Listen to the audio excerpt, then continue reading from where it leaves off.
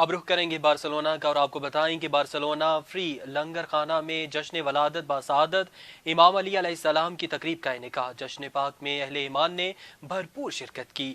بانی فری لنگر خانہ بارسلونا سید انیس تبسم ایڈوکیٹ نے امام علی علیہ السلام کی زندگی پر روشنی ڈالی، جبکہ سید توصیف شاہ نے فلسطین میں اسرائیلی جارحیت اور بھارت کے کشمیریوں پر ظلم و بربریت پر روشنی ڈالتے ہوئے مردہ ضمیروں کو جھنجھوڑا۔